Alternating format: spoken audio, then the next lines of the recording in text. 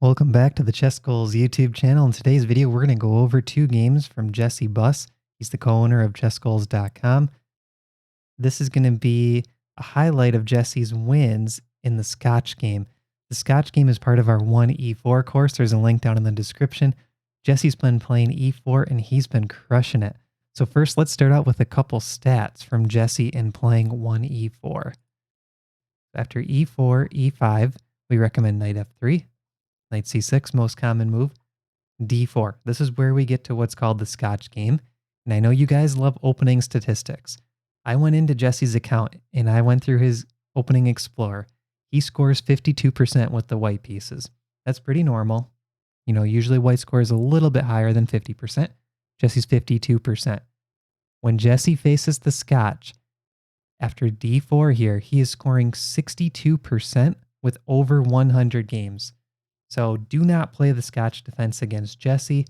He's pretty new to the Scotch still, but honestly, he's picked it up quickly and he is crushing his opponents. After e takes d4, knight takes d4, there's really two main moves here, knight f6 and bishop to c5. If you play knight takes d4 against Jesse, he was scoring like over 80%. So do not take on d4. So first, let's look at a game where black does take on d4. So we're going to show you what can happen in this line. So queen takes d4 by Jesse. And at this point, Stockfish is already saying white's up about 0.9, so almost a full point advantage for white. And that's because this pawn and queen are well centralized. There's no easy way to attack the queen on d4. There's no knight c6. Both of these bishops are free to move out very quickly. And all of black's pieces are sitting on the back rank still. So 0.9 advantage for white already out the gates. We're only on move 5. Now we see d6 by black, and here you can see that bishop is getting boxed in. So black is already stuck playing this passive position. Jesse develops naturally, brings out the knight, brings out the bishop, and now we see queenside castle. So Jesse's intentions are being shown here. Jesse wants to go for this full kingside attack, get these pawns rolling over on the king side, with his king tucked safely on the queen side. We're going to have an opposite side castle situation once black goes king side. And that's what black does. Now we see f3. Solid move, defending e4, and it's an anchor point for this g pawn marching up the board. a6 by black. This is a common idea too. So what black wants to do is play pawn to b5, supported by their a pawn. And then after b5, maybe they can play moves like c5, b4, and get a pawn storm going against the white king. But the problem for black is as soon as the c-pawn moves, it's going to leave a huge weakness on d6. d6 is attacked by bishop, queen, and rook. And if the c-pawn moves to c5, it also opens up the d5 square for the knight. So really a tough position for black to fight back against this white pawn storm on the king side. So here we see g4 by Jesse, b5, and now g5. Kicking the knight off of f6, and once the knight leaves f6, that also kind of softens up the black king side, like the h7 pawn, which used to be defended by the knight. c5 by black, queen to e3, nice solid move, and the knight has to move off of f6 still, and we see bishop and rook both attacking d6. Knight h5, you might be thinking, okay, black is getting the bishop pair, right? Knight for bishop, black gets the two bishops remaining, white has bishop and knight. That could be an advantage for black, right? I don't think so, because once this knight leaves h5, that's going to make room for this h-pawn to keep pushing up the board. So Jesse just goes h4, takes, and after b5, b4 by black, now we see knight to d5. Look at that knight outpost. Hitting e7, eyeing the f6 square, it also eyes c7, b6, that knight is anchored there, and it cannot be kicked by any pawns. So very nice move by Jesse. Bishop to e6, and now we see bishop to c4, defending the knight. And here we're looking at a 3-point advantage, according to Stockfish, for white already, even though the material is equal. Bishop takes d5 by black. So black wants to eliminate that strong knight. Jesse's probably already looking at ideas like knight takes bishop and winning the d6 pawn. He may even be looking at knight to f6 check ideas, trying to open up the g-pawn and get a rook coming down the g-file. So black wants none of that. They take on d5. Bishop takes back. And now we see a blunder by black. Queen to a5. The best move, surprisingly, is rook to a7 here. But that's not easy to spot. I think because the rook is attacked, black should move the rook somewhere. But you would think maybe like rook to c8 could be played. Rook to a7, though, that's a tough move to spot. Black decides, all right, I'm going to give up this rook in the corner, but maybe I can get queen takes a2 and go for an attack against the white king. Bishop takes a8, rook takes a8, and now Jesse plays the smooth move, king to b1. We recommend this in the e4 course. You can play the king to b1. He tends to be safer there than c1, and all three pawns are sitting on a2, b2, and c2, defending the white king. Pawn to c4 by black. This makes sense. Black wants c3, get that pawn to move, and then maybe come in with the queen for a checkmate. Rook to d5 by Jesse, hitting the queen with a tempo. And now we see h5. The pawn storm is continuing, and this black king is going to be opened up very shortly. c3, and Jesse just ignores it with g6. Great move. F takes, h takes. Now the problem for black is there's queen f7 check, followed by rook takes h7 checkmate. So black goes h6. And now we have a forced checkmate in 3. If you want to pause the video and try to find it, go ahead. This is a nice kind of puzzle. Sort of puzzle rush puzzle. Queen to f7, king to h8, rook takes, pawn takes, queen h7 mate. What a finish. What a game by Jesse. If you look at the game review chart, it essentially goes like this. It just goes straight up for white. White had the advantage the whole game. It really never dipped.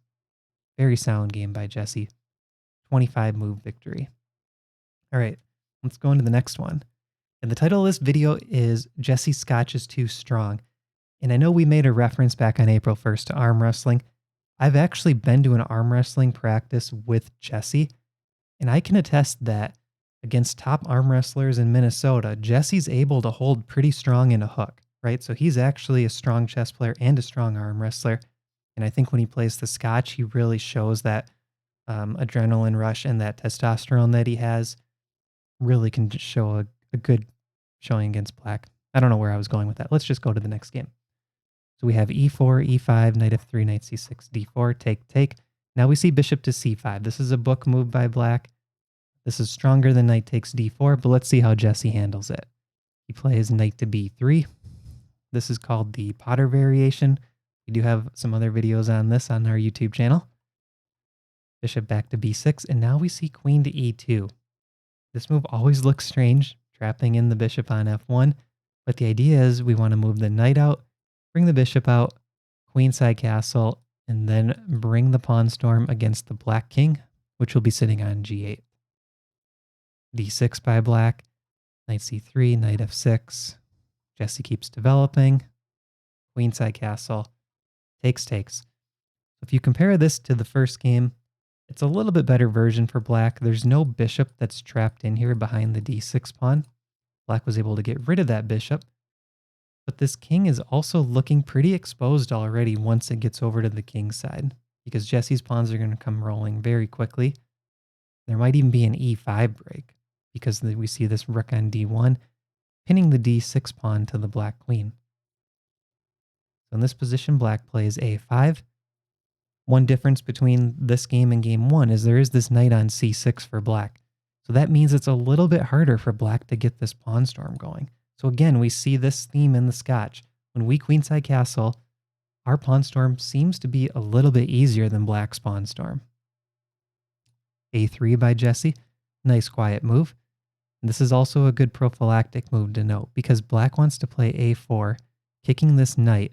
And as soon as the knight moves, black plays a3, and now white's pawn structure is weakened because that b2 pawn had to move or trade.